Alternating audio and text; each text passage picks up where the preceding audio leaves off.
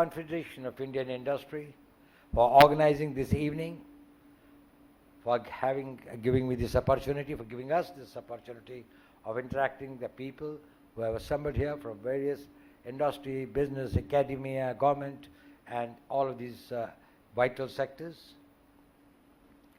And what is most important is to see the enthusiastic response. Ladies and gentlemen, when in January this year, I had gone to Washington and held discussions with Mr. Jake Sullivan and my other friends there, including the people in the business and industry, I was very excited about the idea of this technology cooperation, of this critical and emerging technologies. I was very excited, but I was also skeptical. I wasn't very sure whether the idea would be able to take off. Today, I'm much more confident and hopeful.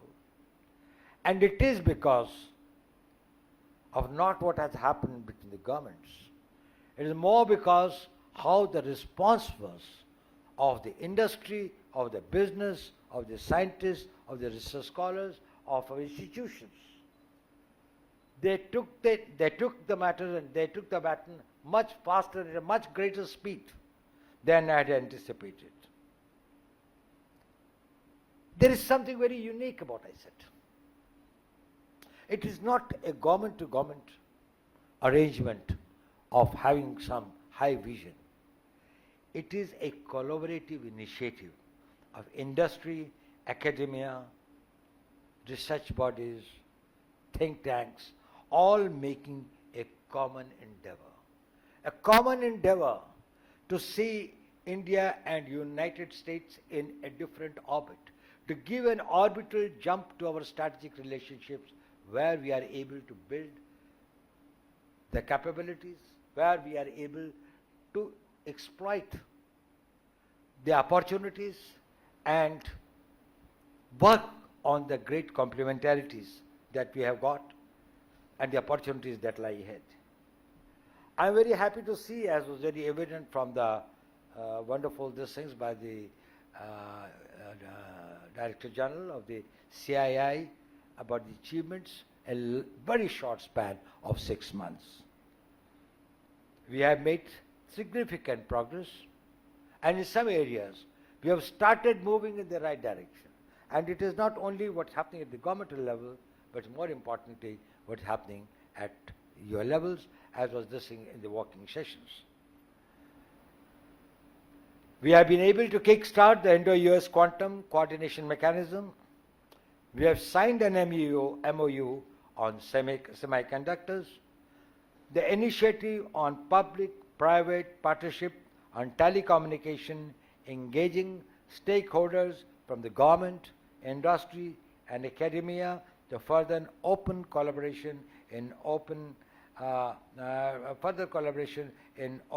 RAN, that is the rapid access and 5G and 6G.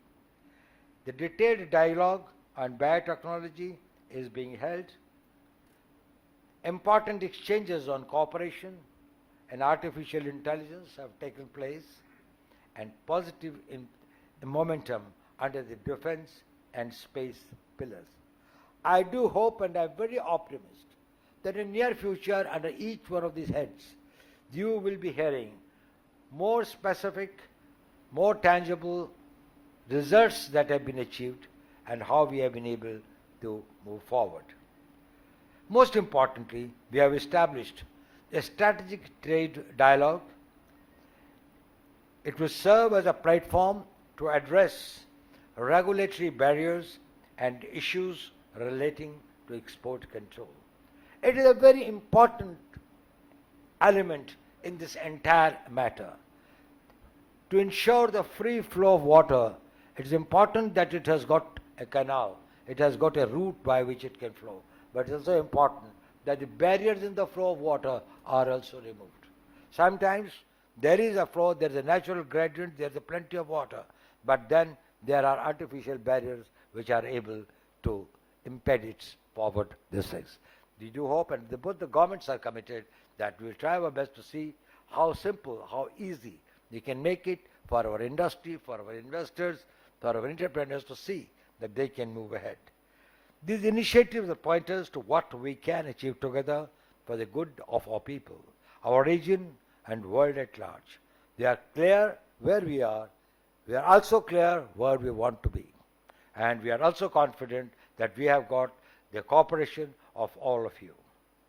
I am particularly grateful to NSA Jake Sullivan, who has contributed tremendously to that. It was his idea that let it not only be the government, bring the private sector in a big way. And Jake, what a great idea it was, and thank you very much for that. We highly appreciate your initiative.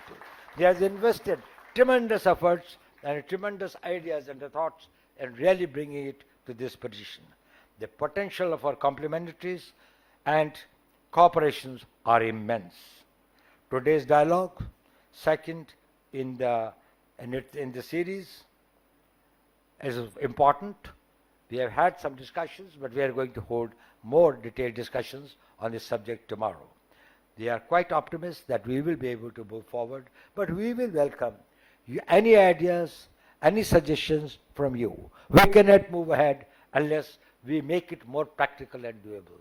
And that comes only when you are part of this entire endeavor. Ideas will have to flow from all of you. I've seen some of your recommendations. They are very important. They will help us in mapping out and in charting the future course of action. Innovation and enterprise and spirit of partnership has to be part of your philosophy as well. If you are looking at this thing, it will involve certain amount of innovation, entrepreneurship, risk-taking, thinking big, and going for big ideas. It is good to dream big ideas, but it requires the people of sinews and the guts like you who can make those ideas real. To conclude, I see the future of ICET very bright. So what is going to be one of the very important pillars of our bilateral strategic partnership, and I wish all the success to all of you. And thank you very much once again to Mr. Chandrajit Banerjee and to the Confederation of Indian Industry for organizing this wonderful evening. And I would again like to thank our guest today, the National Security Advisor, Jake Sullivan, for his great contribution in making this venture, in making this initiative where it stands today. And thank you very much.